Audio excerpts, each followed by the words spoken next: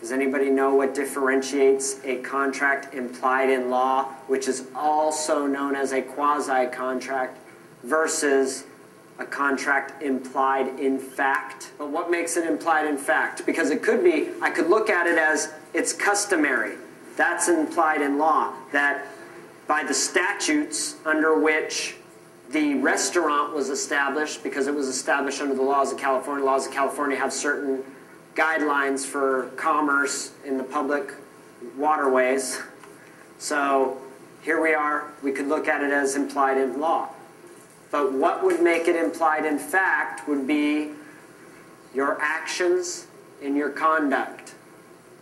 So, is the action of me just walking into a restaurant create an obligation for me to give up any money? No. But the conduct, my conduct of sitting down at the table, picking up the menu, ordering from the waitress, does create an implied in fact contract. The fact being established by my conduct and actions. It's interesting is, let's see.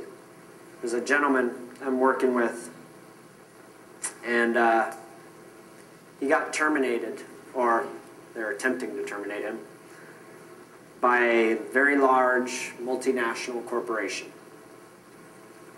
And he put in a conditional acceptance to his termination papers. And they came back with a response. Now, of course, it wasn't in the form of an affidavit. But they made the claim that we have a terminate at will or a hire at will contract with you. Now, keep in mind there actually is no expressed employment contract. And they actually make this claim as well. There's no contract. What contract are you talking about? And his conditional acceptance was, okay, I accept your termination based on you paying me my salary for the next 9 years, or paying me a lump sum for my salary for the next 9 years, because I was planning on retiring in 9 years. Okay? And they come back, oh, no, you don't have that right because, this is an at-will employment.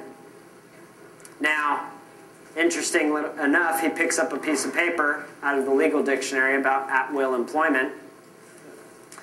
Says right on it that at-will employment is null and void if there was not a contract in place which gave a determinate amount of time when the contract would end, and if job security was implied. In this particular multinational corporation, for the last 30 years that he's worked there, has always been about loyalty. And how loyalty to their employees creates loyalty of the employees to the employer. And how this is the nature of their success. Anyone smell implied in fact? So, he comes back with a conditional acceptance. I accept that this was an at-will contract, condition upon proof of claim that an implied in fact contract was not made by your promises of job security over the last 30 years, and your confession that there wasn't an employment contract which limited the amount of time. And he actually listed like 16 more points for them to rebut. So, they're either going to go the hard way or they're going to go the easy way. You can either go out the window or you can take the stairs. You won't take the stairs. Nobody. Nobody signed it, but it's okay. We had someone to respond to. We just went straight to the CEO. Yes. We just went straight to the CEO because, somebody's got to be held liable for this. But it was funny that it was signed by no one, because ain't no one going to make those claims that this was an at-will contract when the implied contract over the last 30 years was contrary to that position.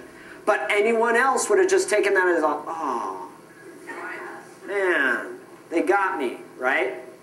And all it took was for him to literally get the definition of at-will. employment. And it gave him his remedy right there in the definition of at-will employment.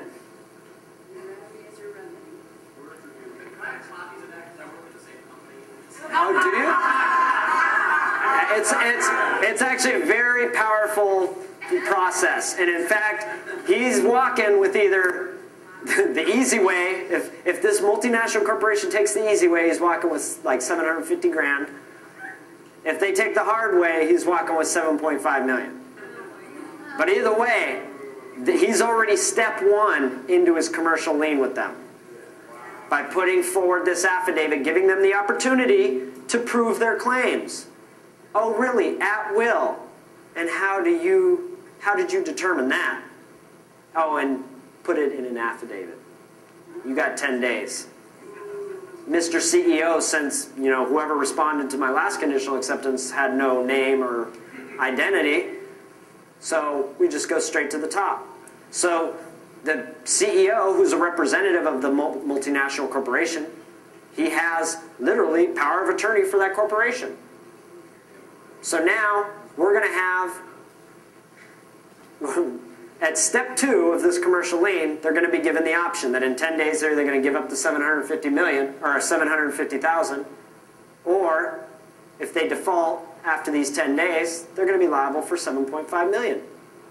And this is all based on all of his points are all referencing an implied in fact contract and establishing all the elements of contract necessary for the existence of that implied in fact contract. Illustrating and demonstrating the meeting of the minds, illustrating and demonstrating the consideration, illustrating and demonstrating intent, all the elements necessary for a contract he's established. And negative averment. Giving them the opportunity. Now this is going to, literally, that's going to turn into his affidavit of truth, which is the evidence supporting his affidavit of obligation. If they can't respond with an affidavit, they're agreeing with all those points.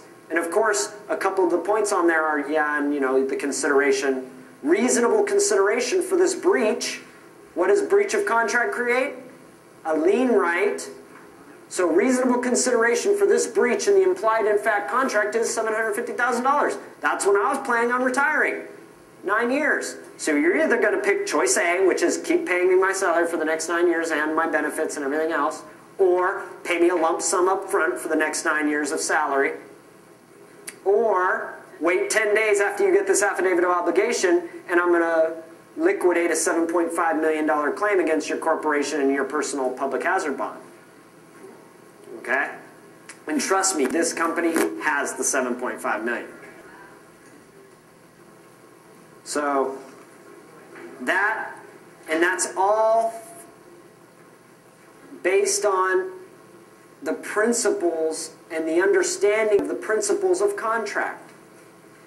By simply going through books of maxims of contract and law and definitions, he was able to determine and establish the implied in fact contract. All his facts came from simple contract principles. He didn't have to be an expert in law. He didn't quote one law or code. Not one code section. Not one law. He didn't need it. Because he had all the elements of the agreement, all the elements of the contract were present. And all he had to do was put it forward in negative averment and allow them to rebut it. Are they going to be able to come forward and say, we never promised you job security? Not in the form of an affidavit.